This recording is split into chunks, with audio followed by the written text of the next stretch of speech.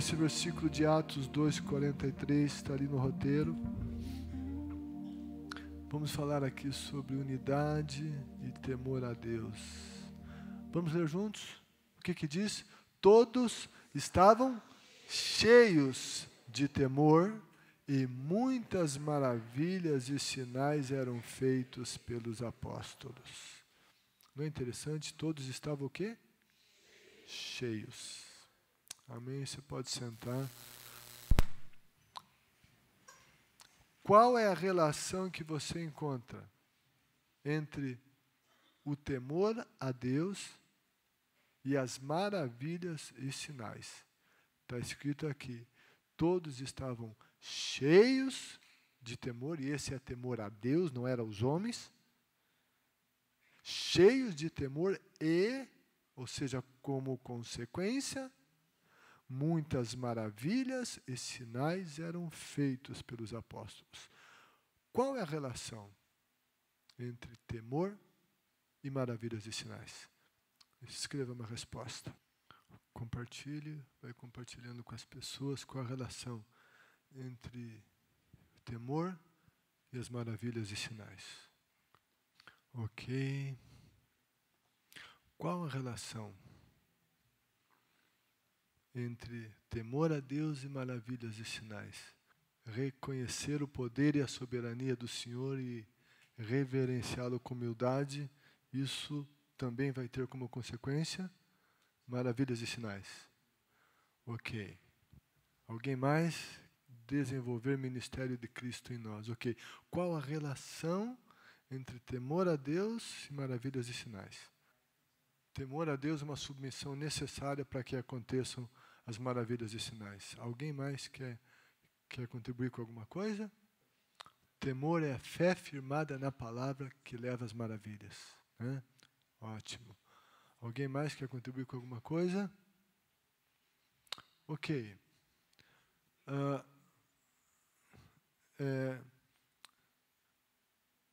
Aqui, esse versículo vem nessa sequência daquelas dedicações do versículo 42 que a gente viu nas últimas aulas, certo?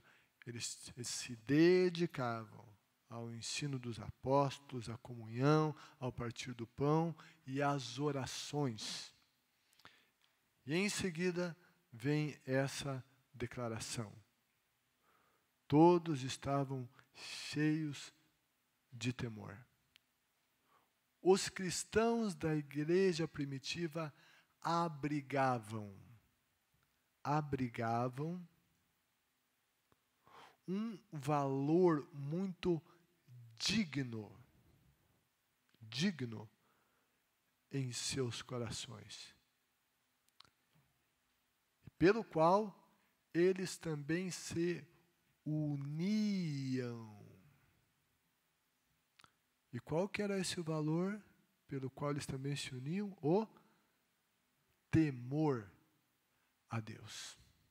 O temor a Deus. Diz, todos tinham uma união, estavam cheios de temor a Deus. Esse valor digno, temor a Deus. Agora, vamos pensar um pouquinho na palavra temor. Quais são os significados desse termo no grego? Esse termo, ele pode significar medo, terror e também reverência. Agora, o que vai definir, nesse momento na Bíblia, o que é medo e terror e quando que é reverência? É o contexto que vai dizer. Essa palavra, ela pode ter tanto um significado como outro. O que define se é medo ou terror, ou se é reverência, é o contexto. E a Bíblia fala de momentos em que as pessoas temeram a Deus no sentido de um terror. Mas, muitas vezes, quando ela se refere a temer a Deus, não é ficar aterrorizado com medo de Deus. Não.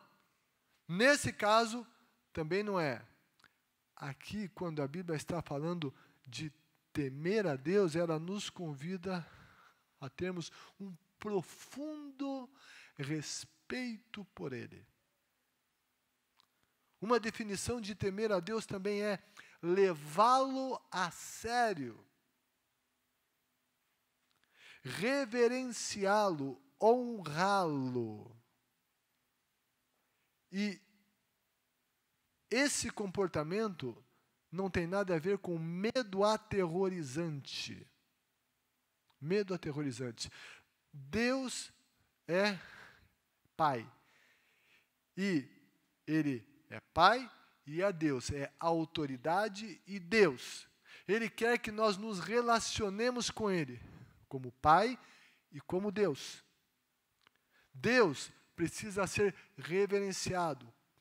Pai precisa ser honrado. Mas esse Pai celestial nos criou para que nós tivéssemos comunhão e intimidade com Ele. Se a gente tem medo, se aterroriza com alguma coisa, a gente quer distância. Se a Carmen vira uma barata, ela quer distância, ela tem terror de barata. Então, Deus não quer que a gente tenha terror dele, medo dele. Ele quer que nós nos aproximemos, estejamos junto dele, que a gente tenha uma intimidade sem nunca perder a reverência.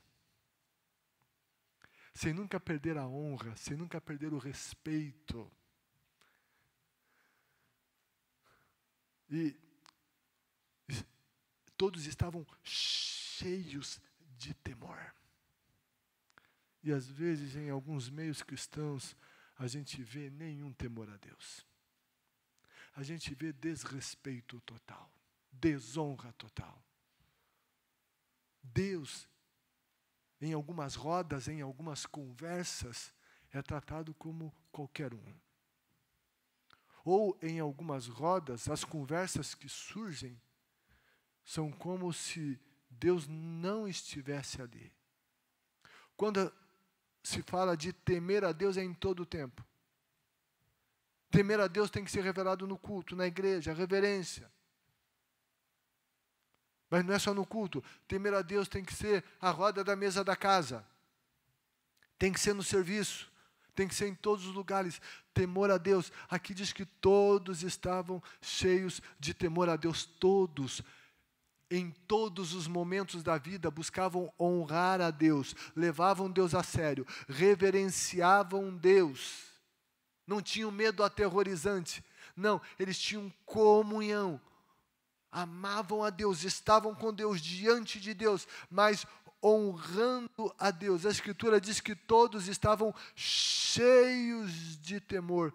E quando fala todos, essa declaração revela que eles eram unos no sentimento de temer a Deus. Tinha unidade, a gente está falando sobre unidade. Temor a Deus contribui para a nossa unidade. Temor a Deus vai fazer com que respeitemos a Deus e respeitemos o nosso irmão. Temor a Deus vai fazer com que nós respeitemos a Deus e que amemos o nosso irmão. Se nós amamos, nós vamos nos unir. Temor a Deus vai fazer com que eu o honre, com que eu o leve a sério, e então não vou ficar fazendo fofoca da vida do irmão ou da irmã. Então, esse temor a Deus contribui em muito para a unidade. Temer a Deus, todos estavam, eles não tinham um pouquinho de temor a Deus. Eles não honravam Deus mais ou menos. Eles estavam cheios de temor. E aqui uma pergunta para nós, a gente está cheio de temor a Deus? Nos meios, nos nossos meios, a gente percebe que o temor a Deus está ali sempre prevalecendo. Sentimento de temer a Deus. Quando Deus é temido, essa palavra ali, né? Quando Deus é temido, ele é obedecido. Algo que revela se tem temor a Deus ou não é obediência. Se eu honro a Deus, eu vou obedecê-lo. Se eu não honro, eu não vou obedecê-lo.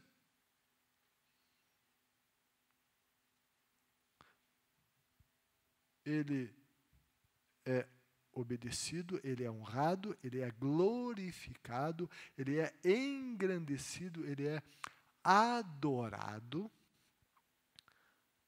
Semana que vem a gente vai ter aqui adoração, mas sabe, para que haja uma atmosfera de adoração, e uma adoração que toque o trono, Deus tem que ser temido.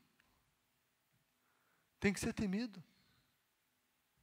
Em uma atmosfera como essa, os sinais e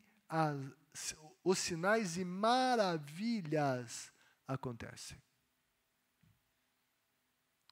Sinais e maravilhas. Eu quero que você tenha essas palavras diante de você.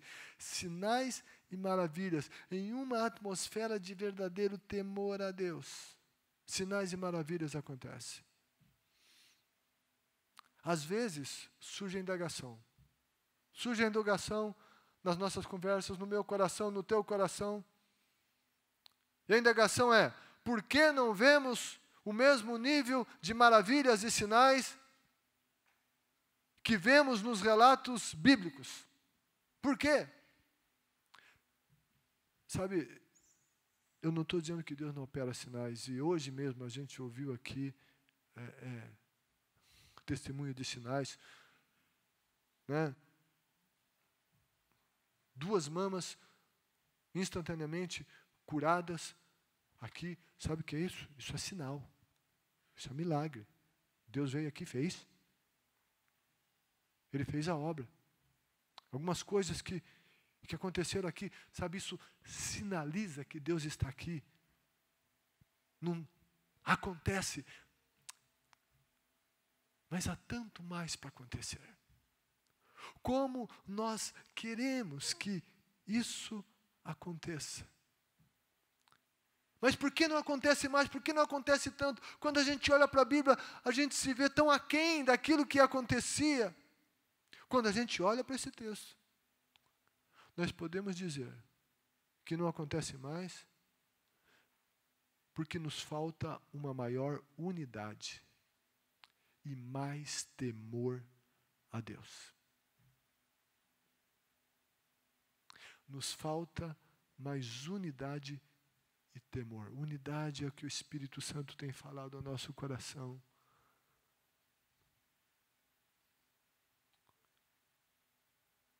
Lá tinha unidade, tinha temor a Deus. No ambiente onde Deus é temido, é honrado, adorado, Ele vem. E o sobrenatural acontece. E como é interessante, em vários momentos a gente está aqui em adoração, Ele está sendo honrado, Ele está sendo temido. O foco é Ele. E de repente o Espírito vem e começa a fazer coisas. Muitas vezes nem se ora especificamente por ninguém, mas as pessoas são tocadas.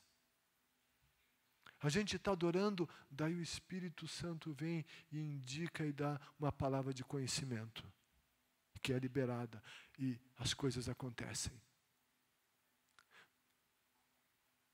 Mas eu diria que isso é só o início do princípio, do começo da introdução daquilo que Deus quer fazer. Então, esse temor a Deus, ele é essencial. E fala, fato relevante ali no versículo está falando que as maravilhas eram operadas através dos apóstolos. E no início da igreja a gente vê que começou com os apóstolos, mas daí a gente vê que milagres, sinais e maravilhas não ficaram só com os apóstolos. Veio com os outros, e a gente vê Atos capítulo 8, Filipe fazendo maravilhas. Ele não era um apóstolo, mas o Espírito Santo começou a fluir. Isso indica que ele quer realizar coisas através dos líderes, mas não só dos líderes, assim como de toda a igreja. Mas o que esse versículo deixa claro? Que esses sinais aconteciam como consequência de um ambiente espiritual formado pela igreja. Essas manifestações não ocorriam de um poder isolado e independente dos próprios apóstolos. As maravilhas não aconteciam só porque era o Pedro que andou com Jesus, o João que andou com Jesus. Não, era essa ambiência da igreja cheia de temor, que tinha como resultado essa operação maravilhosa por meio dos apóstolos, que depois veio correndo para toda a igreja. O que ocorre ou deixa de ocorrer em uma igreja depende sim dos pastores. Depende de mim, depende do pastor Eduardo, depende dos pastores, porque carrega uma responsabilidade maior, porém, existe também um grande encargo sobre toda a igreja. Coisas que acontecem ou não acontecem, que deveriam acontecer, é sim maior responsabilidade nossa, dos pastores, mas também a igreja. O versículo fala de um ambiente na igreja. Não eram só os apóstolos que estavam cheios de temor. Toda a igreja estava cheia de temor. Tem que acontecer aqui, mas tem que acontecer ali. Cheios de temor.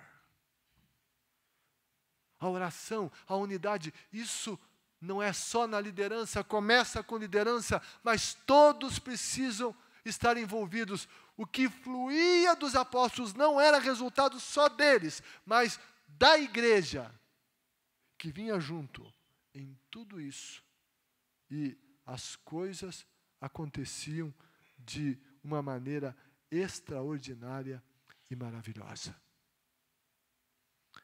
Gente, isto é sério. Que eu e você construamos esse ambiente de temor, que começa não só com os cultos, mas que ocorre em tudo, em cada canto, em cada lugar, que sejamos gente que tema a Deus. E aconteciam as coisas. Ao mencionarmos maravilhas e sinais, nós precisamos entender que essas manifestações não são um fim em si mesmas. Não são um fim em si mesmas. Quando nós pensamos em sinal, nós sabemos que um sinal, ele sempre vai fazer o quê? Ele aponta. Sinal aponta. Ele não tem um fim em si mesmo. Ele aponta para alguém ou para algum lugar. Toda a manifestação sobrenatural do Espírito Santo aponta para quem? Aponta para Cristo e não para os homens. Aponta para Cristo. E isso a gente vai ver na igreja primitiva, quando os milagres foram realizados, os apóstolos disseram, não fomos nós, foi o nome que fez isso, foi Jesus. Quando acontece sinal, todo sinal tem que apontar para Jesus, não é para nenhum homem, não. Sinais apontam para Cristo e mostram Cristo. Depois você vai responder qual é o objetivo das manifestações e dos sinais e das maravilhas. Mas eu quero orar com você. Fica em pé na presença de Deus. Em primeiro lugar, eu quero orar com relação ao temor a Deus. E depois eu quero orar com você para que maravilhas e sinais aconteçam em nosso meio.